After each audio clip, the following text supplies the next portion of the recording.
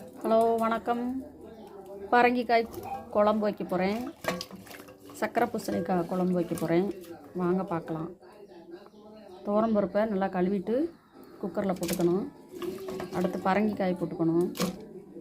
அடுத்து சின்ன வெங்காயம் ஒரு 10, வெள்ளைப்பூண்டு ஒரு 10, தக்காளி ஒரு 2 தக்காளி, பச்சை மிளகாய் 3 எல்லாம் சேர்த்து போட்டுறணும். அடுத்து அது வேகிற அளவு தண்ணி ஊற்றணும். ஒரு செம்பு தண்ணி ஊற்றிருக்கேன்.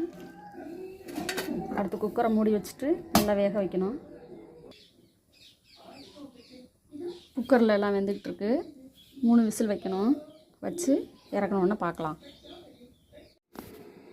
அடுத்து அதுக்கு ஒரு மசாலா ரெடி பண்ணுவோம்.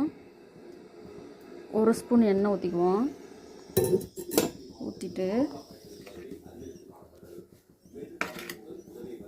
வரமிளகாய், கடலைப்பருப்பு, சீரகம், மிளகு, வெந்தயம், கொத்தமல்லி, பெருங்காயம் இதெல்லாம் சேர்த்து அப்படி லைட்டாக வறுக்கணும் எண்ணெயில்.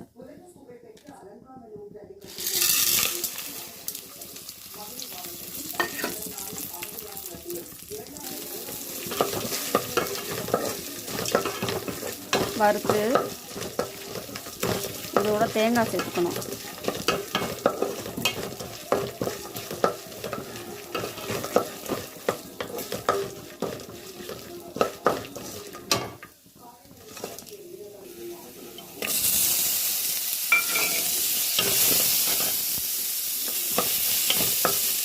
நல்லா தேங்காய் சேர்த்து நல்லா வறுத்தாச்சு. அடுத்து மிக்ஸி ஆறின உடனே மிக்ஸி ஜாரில் போட்டு நல்லா ஃபைன் பேஸ்ட்டாக அரைச்சிக்கணும். வறுத்தாச்சு. இன்னும் ஸ்டவ்வை ஆஃப் பண்ணிடுவோம்.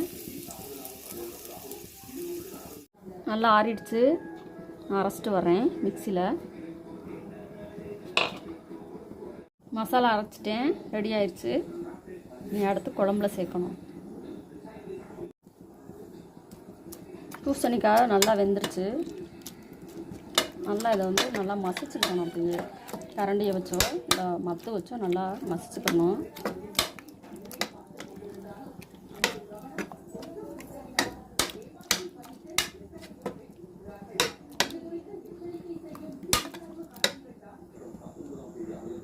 மஞ்சத்தூள் போட்டுக்கணும். உப்பு போட்டுக்கணும். போட்டு நல்லா கடைஞ்சி விடணும். நல்லா கடைஞ்சி விட்டு அதுக்கு மசாலாவை கலந்து அடுப்பில் வச்சு ஒரு கொதிக்கணும். கொதித்த பிறகு தாளிப்பு போட்டுறணும். அவ்வளோதான். மசாலா ஊற்றியாச்சு.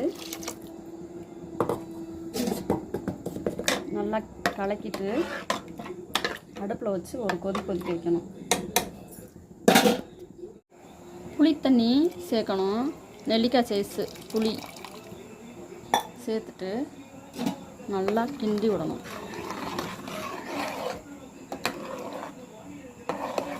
சக்கரை பூசணிக்காய் குழம்பு ரெடி ஆகிட்டுருக்கு. அடுத்து ஒரு கொதித்தோடனே தாளிச்சிருவோம். அவ்வளோதாங்க. சக்கரை பூசணிக்காய் குழம்பு ரெடி.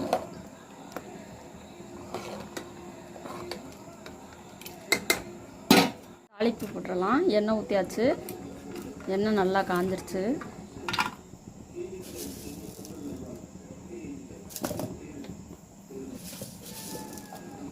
கடுகு உளுந்து போட்டுக்குவோம்.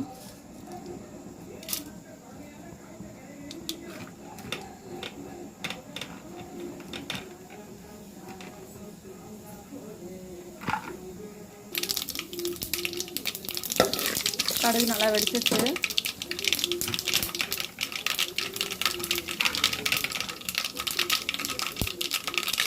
வரமிளகாய் போட்டுக்குவோம். வெங்காயம் போட்டுக்குவோம். கருவேப்பிலை போட்டுக்குவோம்.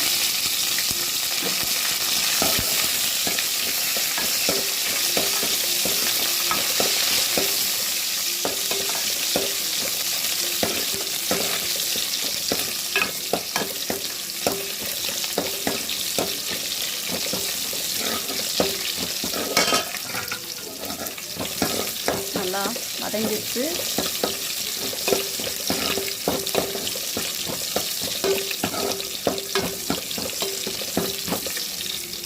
தாளிப்பை குழம்புல ஊற்றிக்கலாம்.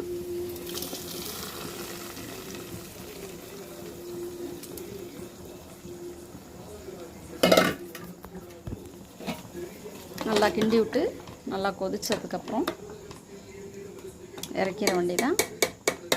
பரங்கிக்காய் குழம்பு ரெடி ஆயிடுச்சு. நீ அடுத்து சாப்பிட வேண்டியதான். கடைசியாக கொத்தமல்லி போட்டுக்கணும். நல்ல வாசனையாக இருக்கும். பரங்கிக்காய் குழம்பு ரெடி.